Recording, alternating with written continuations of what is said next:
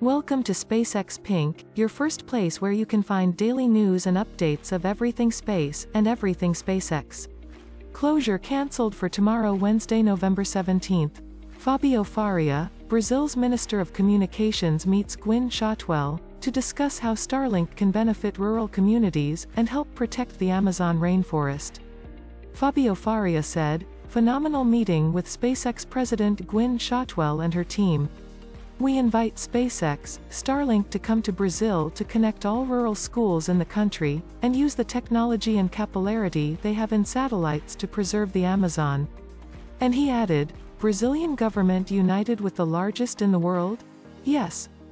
The visit to SpaceX was exceptional, and will generate much fruit for our country.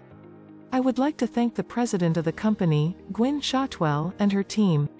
After a meeting with Gwynne Shotwell, Fabio Faria meets Elon Musk. I'm here with Elon Musk. It's a great pleasure to be here. We are talking about environmental issues and connect people in rural schools in Brazil and rural areas. And I'm very, very excited to start the partnership with Starlink, with SpaceX in Brazil. And it's a big pleasure. Well, it's great to meet you, and yeah, we're looking forward to providing connectivity to basically the least served, people in Brazil that have the most difficult time providing connectivity, and like especially to schools and hospitals in rural areas. And taking advantage to preserve the Amazon is very important for us. Absolutely. Utilizing technology, utilizing your satellites, your constellation is very important for us. Yeah, with better connectivity, we can help ensure the preservation of the Amazon, and monitor the Amazon for to make sure that there's no illegal sort of logging activity. Illegal logging, deforestation, forest fires. Yep. Okay. Thank you very much. Hey, Let's do this. All right, cool. Thank you. Bye-bye. The FAA expects to conclude its environmental assessment by December 31st this year, for the SpaceX Starship Super Heavy Launch Vehicle program, at the SpaceX Boca Chica launch site in Cameron County, Texas. And let's not forget that the completion of the environmental review process does not guarantee that the FAA will issue an experimental permit, or vehicle operator license to SpaceX for Starship Super Heavy launches at Boca Chica. SpaceX's license application must also meet FAA safety, risk, and financial responsibility requirements per 14 CFR Chapter 3. FAA cannot issue a decision document, which could include a finding of no significant impact, or decision to initiate an environmental impact statement, until all consultations are complete.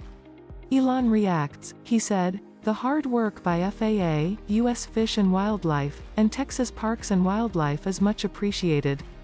As well as the strong local support from Cameron County and Brownsville, South Padre."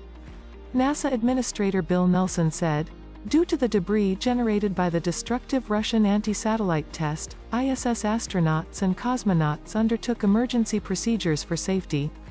Like Secretary Blinken, I'm outraged by this irresponsible and destabilizing action. With its long and storied history in human spaceflight, it is unthinkable that Russia would endanger not only the American and international partner astronauts on the ISS, but also their own cosmonauts. Their actions are reckless and dangerous, threatening as well the Chinese space station and the taikonauts on board." And he added, "All nations have a responsibility to prevent the purposeful creation of space debris from ASATs and to foster a safe, sustainable space environment. NASA will continue monitoring the debris in the coming days and beyond to ensure the safety of our crew in orbit." The crew was awakened and directed to close the hatches to radial modules on the station, including Columbus, Kibo, the Permanent Multi-Purpose Module, Bigelow Expandable Activity Module, and Quest Joint Airlock. Hatches between the U.S. and Russian segments remain open. An additional precautionary measure of sheltering the crew was executed for 2 passes through or near the vicinity of the debris cloud.